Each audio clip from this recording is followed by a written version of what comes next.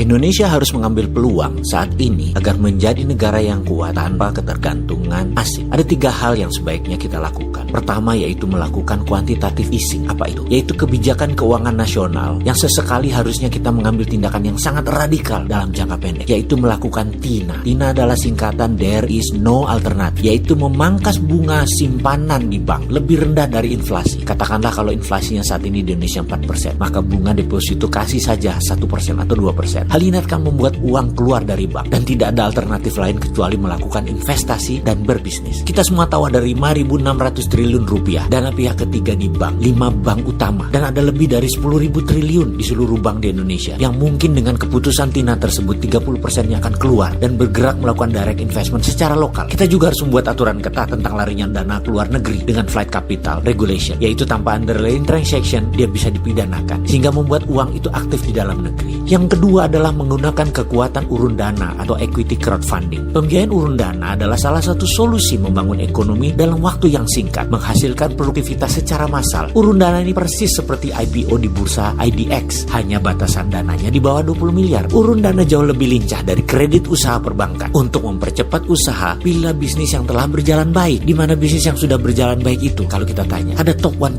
di bisnis online. Misalnya ada 125.000 merchant di GoFood. Top 1% itu adalah 1.200 perusahaan yang sangat layak dibiayai untuk membuka cabang baru di seluruh Indonesia. Funding sulit dari bank. Namun dengan urun dana, kebijakan TINA yang tadi di poin pertama bisa membuat ekonomi tumbuh karena investor tadi akan invest di produk-produk yang sangat bagus. Sisi positif lain dari membangun kelas menengah adalah setiap pembangunan cabang kira-kira memerlukan 20-50 tenaga kerja terserap. Dalam waktu singkat 1-2 juta tenaga kerja terserap dari kelas menengah tersebut, dari bisnis yang tumbuh tadi. Dan terakhir, dan ini sangat penting, Indonesia harus membangun platform teknologi sendiri. Seperti halnya dilakukan Cina 10 tahun terakhir, yaitu membangun swasta dengan perlindungan ketat atau protection dari negara. Renren misalnya dilindungi oleh pemerintah Cina. Facebook tidak boleh masuk Cina sampai Renren menguasai 80% pasar di Cina. Didi Sucing online transportation telah menguasai 80% pasar Cina, Uber baru boleh masuk. Alibaba menguasai 80% pasar Cina, baru Amazon boleh masuk. Baidu menguasai 80% pasar Cina, baru Google boleh masuk. Youku menguasai lebih dari 90% pasar Cina, baru YouTube boleh masuk. Dan masuknya pun masih dibatasi. Jadi Indonesia kalau mau maju, aplikasi anak negeri dilindungi terlebih dahulu. Sekarang perang dagang Cina Amerika sedang memanas. Indonesia ambil kesempatan. Anak muda buat fintechnya sendiri, buat Google Indonesia sendiri, buat WeChat Indonesia sendiri, buat Facebook Indonesia sendiri. Dan pastikan negara memprotek produk anak bangsa tersebut. Bahkan Facebook asing diatur, Google asing diatur, dibatasi agar produk Indonesia berkuasa kembali merebut pasar tersebut. Banyak benefit lain yang dipakai dan dilindungi oleh pemerintah jika menggunakan sosial media lokal. Saya yakin dalam 1-2 tahun ke depan anak bangsa bisa membuat produk tersebut hingga puncaknya pada perang 2021, puncak perang dagang Cina Amerika tersebut, Indonesia sudah punya produk tersebut dan tidak tergantung kepada 2 negara tersebut. Begitu perang dagang memuncak, Amerika pasti akan mematikan sosmednya,